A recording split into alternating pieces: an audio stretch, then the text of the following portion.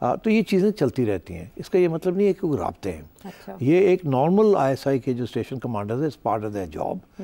جب corps commander involve ہو جاتا ہے تو پھر MI انوالو ہو جاتی ہے. ISI جو ہے وہ اپنی طرف اور کور کمانڈر جو ہے وہ اس کا رابطہ MI کے ساتھ ہوتا ہے, مگر کور کمانڈر کا راستہ جو ہے وہ GHQ کے ساتھ بھی رابطہ ہوتا ہے. اچھا. تو وہ ڈپینڈ کرتا ہے کہ وہاں کا کور کمانڈر کون ہے, وہ کتنا اعتماد ہے چیف کا یا GHQ کا ان کے اوپر کہ وہ ایکٹ کرے as a go between. For example جب نون لیگ کے ساتھ ساری باتیں چل رہی تھی, جب کو نکالنا تھا تو ISI کی بھی چل رہی تھی اور GHQ کی بھی چل رہی تھی, تو corps commander was not involved Lahore کا. اس میں ISI واز ڈائریکٹلی انوالوڈ. اچھا, اس لیے میں یہ سمجھتا ہوں کہ گڈھا پور صاحب نے جو انیشیٹو لیا اس میں یہی تھا کہ خان صاحب جو بات کہنا چاہ رہے تھے وہ پیغام پہنچایا انہوں نے پیغام سن لیا. اچھا. تو یہ اس حد تک پیغام جو گیا وہ سن لیا, کنوے ہو گیا. اس سے پہلے خان صاحب نے گراؤنڈ پریپیئر کر لی تھی کہ میں تو انہی سے بات کروں گا, کسی سے نہیں. تو پھر گڈھا پور صاحب آپ کو پتا ہے وہ ملتے رہتے ہیں وہاں. جی, انہوں نے اعتراف خود بھی کیا ہے, مجھ سے کہا ہے. تو بس پھر تو انہوں نے جا کے کہا جی ہم یہ کرنے کے لیے تیار ہیں اگر آپ یہ کریں. اب وہ لمبے چوڑے لسٹ تھی ڈیمانڈس کی, کچھ ہوا ہمارے تک بھی پہنچ جاتی ہے, وہ چڑیا گھومتی رہتی ہے. تو اس سے جو 3 مین ڈیمانڈس تھے وہ ریجیکٹ کر دیے آؤٹ رائٹ. اچھا. Absolutely not. آگے سے جواب آ گیا کہ یہ بات آگے بڑھ ہی نہیں سکتی, اس کو تو آگے لے جانے نہیں ہے ہم نے. سوال ہی پیدا نہیں ہوتا. خان صاحب کے کیا ڈیمانڈ تھے وہ آج آپ کو میں بتا دیتا ہوں. باقی تو چھوٹے چھوٹے تھے نا کہ لوگوں کو جن لوگوں کو گرفتار کیا ہوا ہے ان کو چھوڑ دیں, جن کے خلاف کیسز کیے ہوئے وہ ڈرا کر لیں وغیرہ وغیرہ وغیرہ, اس قسم کی چھوٹی موٹی. جی یہ ذکر بھی آپ نے کیا تھا پچھلے پروگرام. مگر جو مین ڈیمانڈ تھے وہ یہ تھے, نمبر 1 کہ مجھے رہا کیا جائے, میرے کیسز ختم کیے جائے, نمبر 1. اچھا. نمبر 2 الیکشنز کروائے جائیں, اور کیونکہ میں پاپولر ہوں تو میں پرائم منسٹر بنوں گا اور اس کے اندر راستے میں رکاوٹ نہیں ہونی چاہیے. یہ 3 ڈیمانڈس. اچھا. تو ادھر سے تو ایبسولوٹلی ناٹ ہی آ گیا.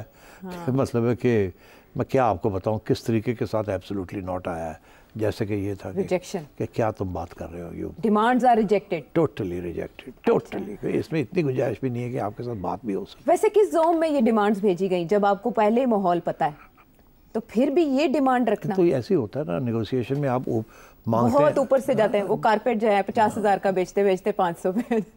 تو یہی ہوتا ہے, ڈیمانڈ آپ میکسیمم کرتے ہیں. اب خان صاحب نے بھی میرے خیال 15 ڈیمانڈز 12 یا 15 ڈیمانڈ رکھے تھے, پوری لسٹ بنا دی تھی. یہی ہوتا ہے نا کہ پوری لسٹ بناتے ہیں, ایک ڈیمانڈ تو نہیں ہوتا نا, تاکہ پھر نیگوسیشن ہو سکے. تو انہوں نے باقی لسٹ تو دیکھی کوئی نہیں ہے, neither ہے nor there. Absolutely not. Screw off. Screw off. اچھا. ہاں وہ ملک ریاض صاحب والا اسکرو ڈرائیور. اچھا. تو انہوں نے کہا یہ جہاں جا کے گڈیاں اڑائیں آپ. اچھا. تو یہ تو ہو گئی. اس کے بعد خان صاحب کو پتہ چلا کہ گل نہیں بنی, ان کی کریے. تو اس وقت پھر خان صاحب نے جب یہ بیان دیا تھا نا کہ میں معافی مانگنے کے لیے تیار ہوں پرووائڈیڈ, یہ اس ماحول میں دیا تھا جس میں ابھی یہ ڈیمانڈ پیش کیے گئے تھے, تاکہ اور تھوڑی سی نرمش ہو. ٹھیک ہے, تھوڑا وہ بڑھیں آگے, میں بڑھ گیا ہوں. ہاں میں اتنا آگے آ گیا ہوں. ٹھیک. تو جب یہ ایبسولوٹلی ناٹ آ گیا وہاں سے, ریجیکٹڈ ایبسولوٹلی ناٹ, تو خان صاحب نے سوچا ہوں میں کی کراں. انہوں نے یو ٹرن ماری ہے. اب انہوں نے کوالیفیکیشنز کرنی شروع کر دی ہیں. میں نے تو یہ کہا تھا, میرا مطلب یہ تھا, یہ تو میں نے نہیں کہا, یہ میں نے کہا, یہ نہیں میں نے کہا, and so on and so forth. اب وہ اس سٹیج پہ آ گئے ہیں, اور ساتھ ساتھ انہوں نے پھر اپنی لائن جو ہے وہ, کیونکہ ان کو فکر یہ تھا کہ میرے جو سپورٹرز ہیں وہ یہ نہ سمجھے کہ میں کمزور پڑ گیا ہوں. اب اگر میں کچھ نہیں کروں گا کیونکہ ڈیمانڈ تو ریجیکٹ ہو گئے, بات آگے نہیں بڑھ رہی, تو اب آئی بیٹر ڈو سم تھنگ. تو انہوں نے پھر وہی یوزول وہی جو ہے نا اپنے پرانے سٹائل میں آ گئے ہیں واپس, کہ میں نے تو یہ نہیں کہا تھا, میں نے یہ نہیں کہا تھا, میں نے یہ نہیں کہا تھا, میں نے یہ کہا تھا, میں نے یہ, اور ساتھ 1-2 اور ڈیمانڈز بھی اب کریٹ کر دی ہیں, آپ نے دیکھا یہ. تو that is what was going on, which is why میں نے یہ کہا تھا کہ یہ بات کہیں نہیں جائے گی. تو یہ تو it's a simple explanation about what is going on and what is going on now. Khan sahab is in state of desperation, اور وہ سمجھتے ہیں کہ اب میں کیا کروں گا. اب وہ انہوں نے دوسرا پیگ اٹھا لیا ہے. وہ یہی پیگ اٹھا لیا کہ جی جو بنگلہ دیش میں ہوا ہے اور پاکستان میں بھی 2 مہینے کے اندر اندر عوام کھڑی ہو جائے گی. پاکستان میں کچھ بڑا ہونے والا ہے بنگلہ دیش کے واقعے کے بعد لگتا ہے. یہ کیا ہے, ہیلوسینیشن ہے یا